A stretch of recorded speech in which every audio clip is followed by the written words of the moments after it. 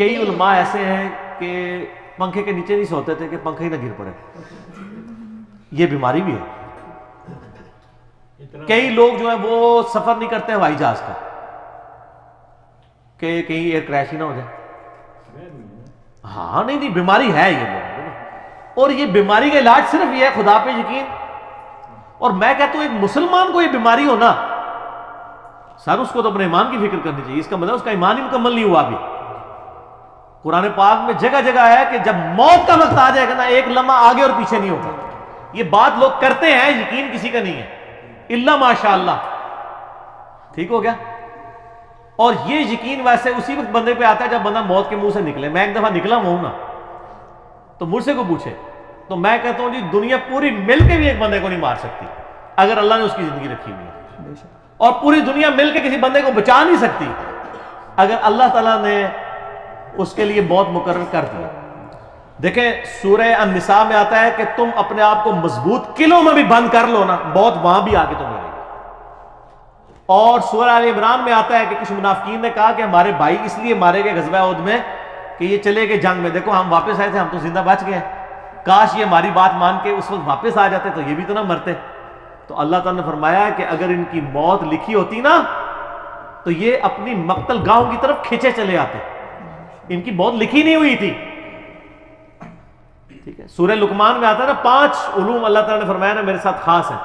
ان میں سے ایک یہ ہے کہ کوئی جان نہیں جانتی ہے کہ اس کو موت کس سرزمین میں آئے گی، یہ کسی کو نہیں پتا۔ تو یہ موت اگر آپ کو پتا ہے کہ ایک مقررہ وقت پہ آنی ہے تو پھر اس بیماری کا علاج تو یہی ہے، کسی نفسیاتی ڈاکٹر کے پاس جانے کی ضرورت نہیں ہے، یہ اپنے ایمان کا علاج کریں۔ اور مسئلہ تقدیر اور موت کے حوالے سے میں اکثر یہ آیت سورہ حدید کی کوٹ کرتا ہوں، یہ آپ حرز جان بنا لیں جی۔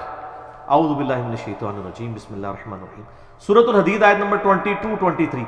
ما اصاب من مصیبت فی الارض، کوئی بھی مصیبت نازل نہیں ہوتی زمین میں، ولا فی انفسکم، نہ تمہاری جانوں میں،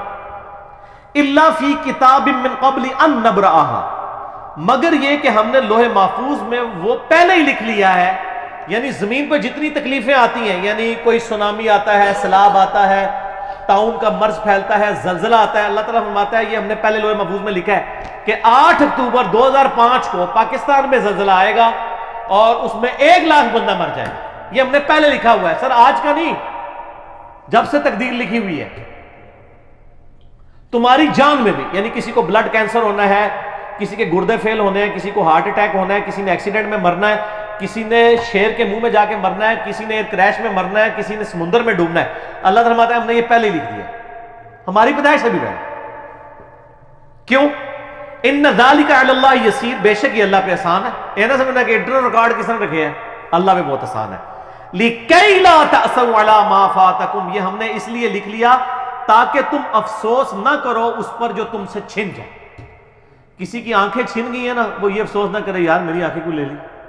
یہ تو اللہ نے ڈیسٹنی میں مقرر کی تھی۔ وَلَنَبْلُوَنَّكُمْ بِشَيْءٍ مِّنَ الْخَوْفِ وَالْجُوعِ وَنَقْصٍ مِّنَ الْأَمْوَالِ وَالْأَنفُسِ وَالثَّمَرَاتِ، ضرور آزمائیں گے، بھوک سے، خوف سے، جان اور مال میں نقصان سے، پھر چیک کریں گے کہ کون کہتا ہے اِنَّا لِلَّهِ وَإِنَّا إِلَيْهِ رَاجِعُونَ،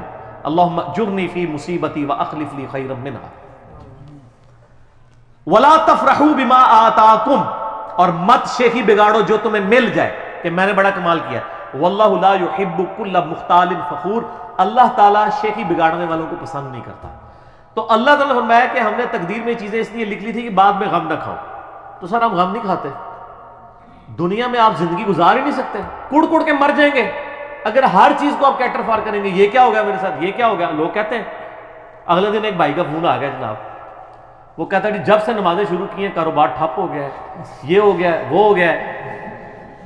کہتے پہلے رام خوری کر رہا تھا، خود بول رہا ہے، کہتا ہے رام خوری تھی، سکون کی زندگی تھی، جیسے ہی لال خوری شروع کی ہے سب کچھ برباد ہو گیا۔ سر یہ آپ کو کس نے پڑھایا تھا کہ لال خوری کرنے والا اور دین پہ چلنے والا دنیا میں موجوں کی زندگی گزارے گا؟ یہ کہانی تو آپ کو غلط کروائی ہے نا ان وائزین نے۔ جامعہ ترمذی میں حدیث ہے سب سے زیادہ تکلیف نبیوں پہ آتی ہیں، اس کے بعد ان پر آتی ہیں جو نبیوں کے بعد اللہ کو سب سے محبوب ہوتے ہیں، اور اس کے بعد ان پر جو ان کے بعد سب سے بڑھ کے محبوب ہوتے ہیں۔ سر یہ آپ کو جو کہانیاں کراتے ہیں نا جی آپ اللہ کے راستے پر آ جائیں کوئی تکلیف نہیں آئے گی، نہ تکلیفیں تو آئیں گی، ہاں آپ کو حوصلہ مل جائے گا صبر کرنے کا۔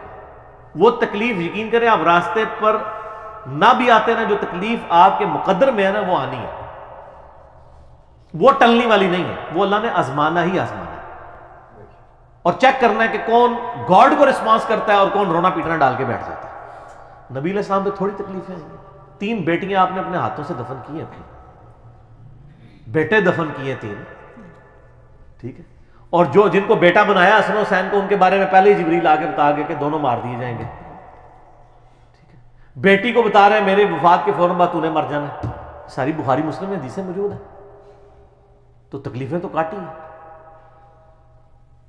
صحیح مسلم میں آتا ہے کہ طائف کے موقع پر اتنے پتھر لگے کہ خون مبارک سے نالین شریف بھی جو ہے وہ بھر گئے، ٹھیک ہے، اور مسلم کے الفاظ ہیں کہ اللہ تعالیٰ نے پہاڑوں کا فرشتہ بھیجا کہ یا رسول اللہ حکم دیں یہ طائف کے لوگوں کو مسل اس کے اندر، آپ فرمایا کہ چلو یہ نہیں تو ان کی آنے والی نسلیں تو اسلام قبول کریں گی، اور پھر لوگوں نے دیکھا ہے طائف میں بھی اسلام پہنچا ہے، بنو ثقیف تھے نا انہوں نے اسلام قبول کیا، ابو عبیدہ ثقفی صحابی ہیں، اور انہی کا بیٹا ہے مختار ثقفی جس نے قاتلین حسین سے بدلہ لیا، اسی بنو ثقیف میں، اگر حضور اسی وقت کہہ دیتے تو ختم ہو جاتے، تو یہ نہیں ہے، یہ اللہ کو پتا ہوتا ہے کس کو کس وقت ہدایت مل رہی ہے، ٹھیک ہو گئی۔